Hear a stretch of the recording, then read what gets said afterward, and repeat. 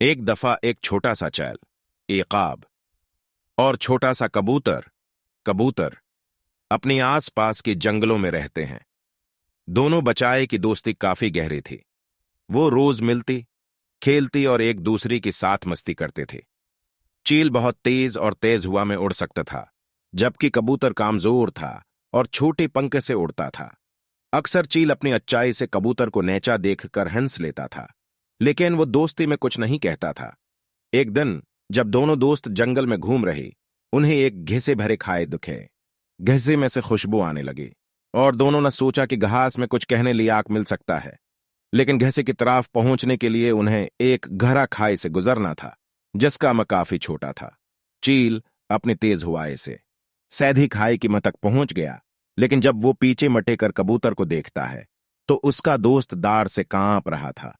कबूतर चील के साथ नहीं जा पा रहा था, क्योंकि उसे पंख छोटे दी और वो गहरी मह से गुजर नहीं सकता था।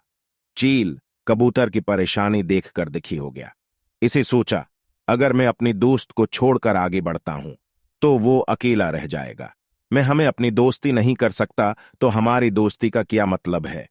चील ने फैसला किया कि वो कबूतर की मदद करेगा। इसे अपने पंख की पहली और नीचे चला गया, फिर कबूतर को अपने पंखों के लिए जगह बैठाकर उसे खाए की मीना तक पहुंचाया। कबूतर खुश था और चील की मदद के लिए शुक्रिया अदा करता था। दोनों साथ में घिसे की कहोज करते रही और आखिरकार एक मिठाई से भरी हुए मिट्टी के बर्तन में खजाना मिला। दोनों न उसे खुशियों से भर दिया और मिठाइयां कहने लगी। क्या सफर ने उनके दोस्ती को और भी मजबूर कर दिया है। दोनों समझ गए कि दोस्ती में मदद और साथ देना कटना जरूरी है। चील और कबूतर के बीच एक प्यारा सा रिश्ता बन गया, जैसे कभी भी कोई टूट नहीं सकता था। ऐसी तलाश मिल के सच्ची दोस्त हमेशा एक दूसरे की मदद करते हैं, मुश्किल वक्त में साथ देते हैं और एक दुनिया के साथ खुशियों को बनते हैं। चील और कबूतर की ये प्यारे खाने उन बच्चों को दोस्ती के मन्ने समझने में मदद करेंगे।